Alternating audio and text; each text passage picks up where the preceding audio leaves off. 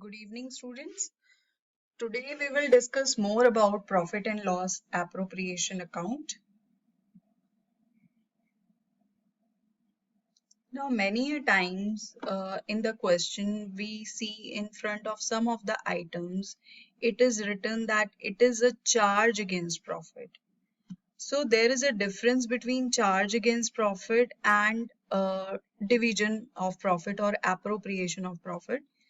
Now, charge against profit means expenditure, and appropriation of profit means the division of profit. As we have already discussed, पिछली class में भी हम लोगों ने discuss किया था कि appropriation का मतलब है distribution of profit. So जब हम प्रॉफिट इन लॉस अकाउंट बना लेते हैं उसके बाद उसका एप्रोप्रिएशन होता है, लेकिन अगर कोई आइटम चार्ज अगेंस्ट प्रॉफिट है तो we have to treat it like an expenditure और उसे हमें प्रॉफिट एंड लॉस अकाउंट में शो करना है, ना कि profit and loss appropriation account में. Okay, so charge against profit is basically deducted from the incomes. यानी कि P&L अकाउंट जब हम बनाते हैं तो उस वक्त you already know कि डेबिट साइड में हम सारे एक्सपेंडिचर्स दिखाते हैं. तो एक्सपेंडिचर्स का मतलब या चार्ज अगेंस्ट प्रॉफिट का मतलब सेम है. इफ किसी आइटम के सामने अगर लिखा हुआ है चार्ज अगेंस्ट प्रॉफिट तो इसका मतलब कि वो एक्सपेंडिचर है, और अगर वो एक्सपेंडिचर है तो इसका मतलब ये है कि वो P&L अकाउंट में जाएगा, ना कि P&L एप्रोप्रिएशन अकाउंट में. This is the only thing you have to remember.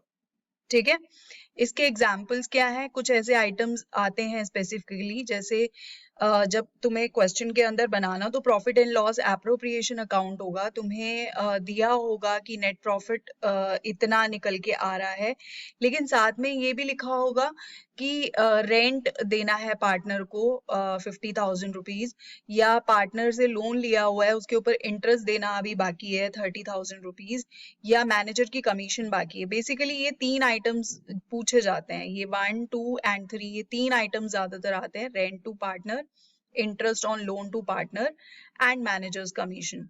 तो ये तीनों आइटम्स अगर दिए हुए हैं क्वेश्चन के अंदर तो you have to remember this thing कि ये एक्सपेंडिचर है या ये चार्ज अगेंस्ट प्रॉफिट है, तो इसे तुम्हें P&L अकाउंट में दिखाना है, ना कि P&L एप्रोप्रिएशन अकाउंट में.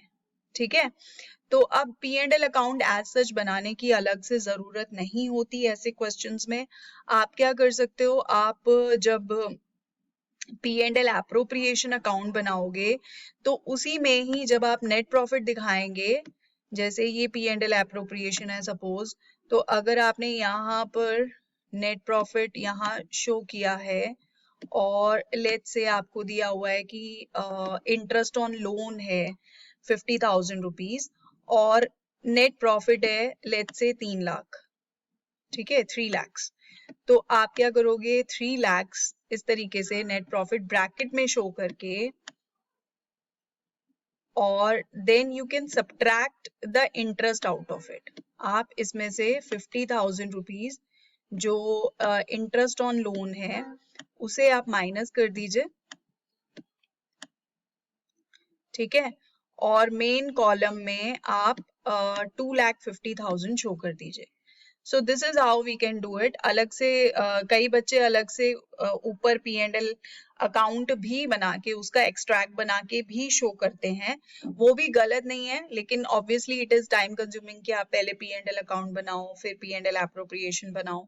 तो this is a better thing कि आप यहाँ पर डायरेक्टली P&L एप्रोप्रिएशन बना के डायरेक्टली बाय नेट प्रॉफिट दिखाओ और उसमें से जो भी एक्सपेंडिचर आपको दिया हुआ है क्वेश्चन में उसको आप लेस करके शो कर दो. ठीक है, सो this is the treatment. Appropriation आप इन सारी चीजों का करते हो, you already know: interest on capital, interest on drawings, partner salary, partners commission.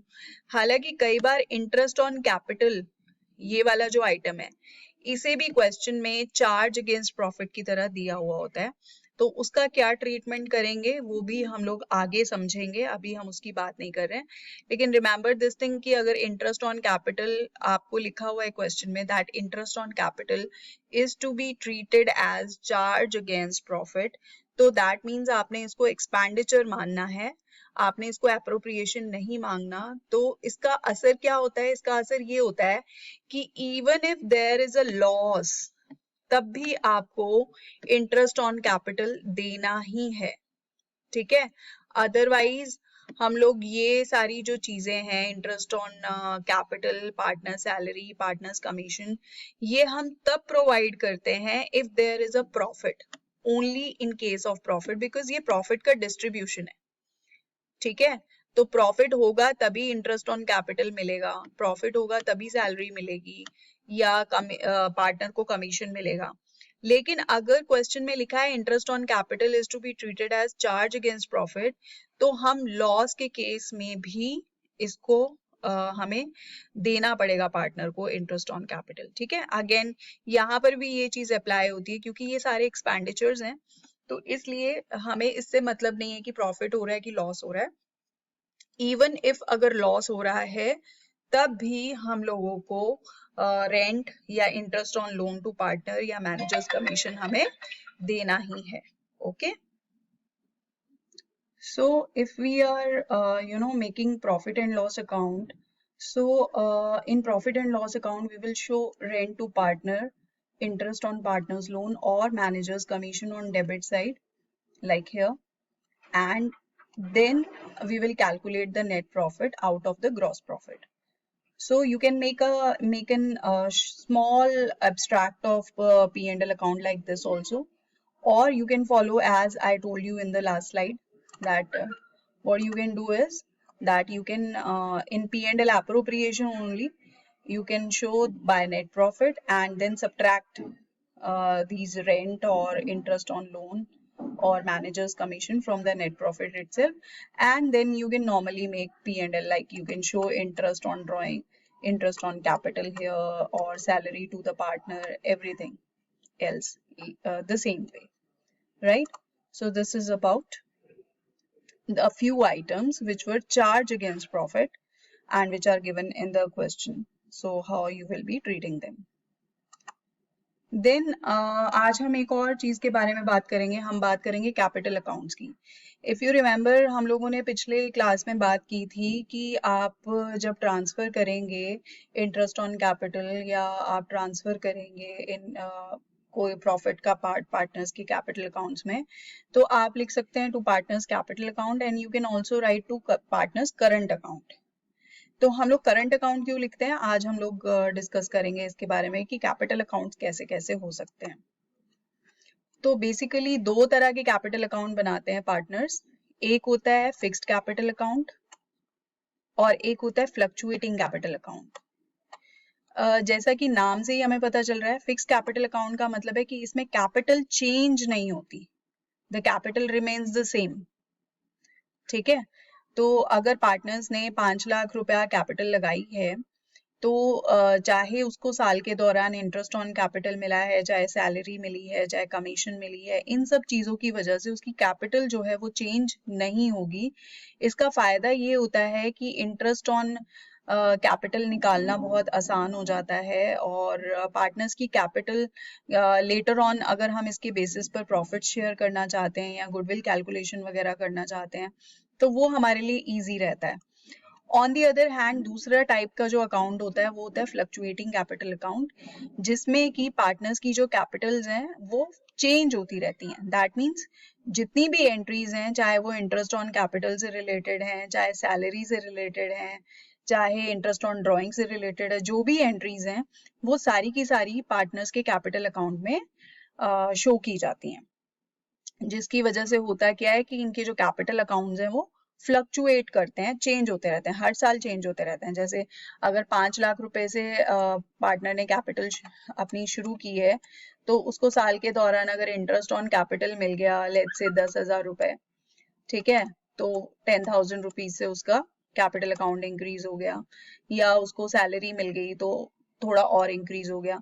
तो हर साल जो उसका कैपिटल अकाउंट है वो फ्लक्चुएट होता रहता है, ओके। तो इसलिए यहाँ पर इन दोनों में फर्क आता है। कई बार पार्टनर्स अपने अकाउंट्स को फिक्स रखना चाहते हैं कैपिटल्स को, तो वो फिक्स कैपिटल अकाउंट बनाते हैं। अगर उनको इससे कोई फर्क नहीं पड़ता तो फ्लक्चुएटिंग कैपिटल अकाउंट मेंटेन करते हैं। अब जब फिक्स कैपिटल अकाउंट्स बनाते हैं तो उनको दो अकाउंट बनाने पड़ते हैं।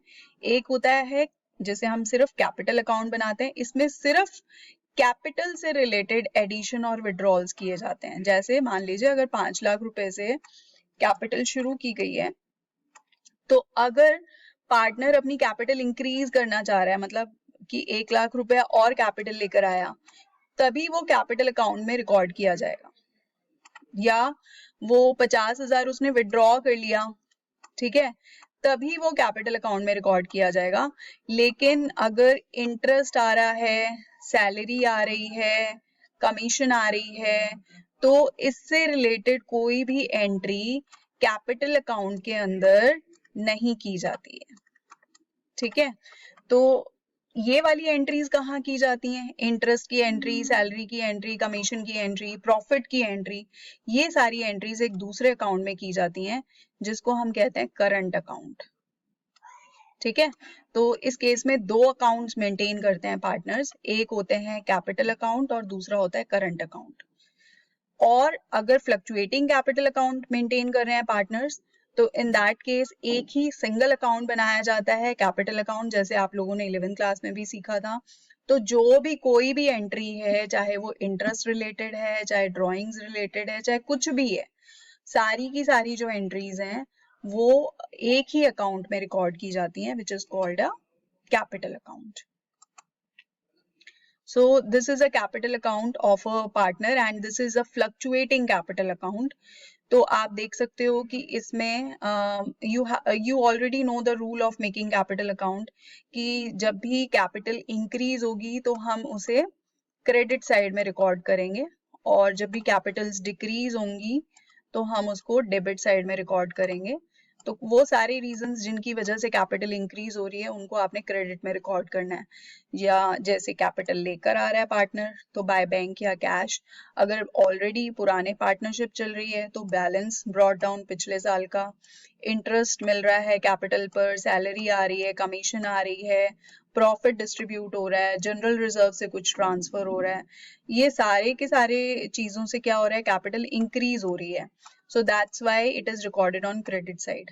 लेकिन अगर कुछ भी ऐसा है जिसकी वजह से कैपिटल डिक्रीज हो रही है, जैसे मान लीजिए कैपिटल विड्रॉ कर ली पार्टनर ने, या ड्राइंग्स पर इंटरेस्ट लग रहा है, या ड्राइंग्स की हैं, या लॉस हो गया है किसी साल में तो लॉस का जो पार्ट है जो उसको मिल रहा है, और बैलेंस कैरीड डाउन, जिसको जो हमारी बैलेंसिंग फिगर होती है जो हम लोग एंड में निकालते हैं, ठीक है।